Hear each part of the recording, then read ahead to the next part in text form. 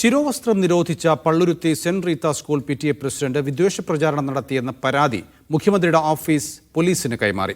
കുട്ടിക്ക് താൽപ്പര്യമുള്ള സ്കൂളിൽ പ്രവേശനം വാങ്ങി നൽകുമെന്ന് വിദ്യാഭ്യാസ മന്ത്രി വി ശിവൻകുട്ടി പറഞ്ഞു.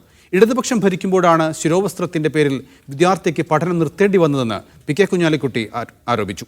ഹിജാബ് ധരിച്ച് പഠനം അനുവദിക്കാൻ നിർദ്ദേശിച്ച സർക്കാർ ഉത്തരവ് സ്റ്റേ ചെയ്യാൻ വിസമ്മതിച്ച ഹൈക്കോടതി കേസ് ചൊവ്വാഴ്ച വീണ്ടും പരിഗണിക്കും.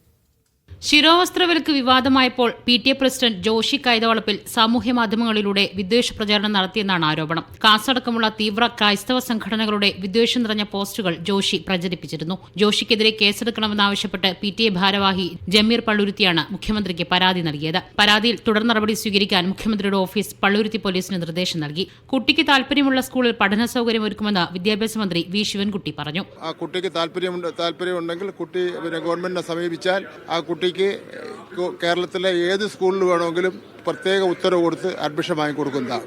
സംഭവത്തിൽ സർക്കാരിനെ കുറ്റപ്പെടുത്തി മുസ്ലിം ലീഗ് നേതാവ് PK കുഞ്ഞാലിക്കുട്ടി രംഗത്തെത്തി. നമ്മുടെ സംസ്ഥാനത്ത് തന്നെ ഇങ്ങനൊരു അസഹിഷ്ണുതയുടെ ഒരു വലിയ ഉദാഹരണം ഉണ്ടായത് കേരളത്തിൽ തന്നെ വളരെ വളരെ അപമാനകരമായിപ്പോയി. ശിരോവസ്ത്രം അണിഞ്ഞ് തന്നെ പഠനം തുടരാൻ വിദ്യാർത്ഥിയെ അനുവദിക്കണമെന്ന വിദ്യാഭ്യാസ വകുപ്പിന്റെ ഉത്തരവ് സ്റ്റേ ചെയ്യാൻ ഇന്നലെ ഹൈക്കോടതി വിസമ്മതിച്ചിരുന്നു. കേസ് ചൊവ്വാഴ്ച വീണ്ടും കോടതി പരിഗണിക്കും. മീഡിയ 1 കൊച്ചി.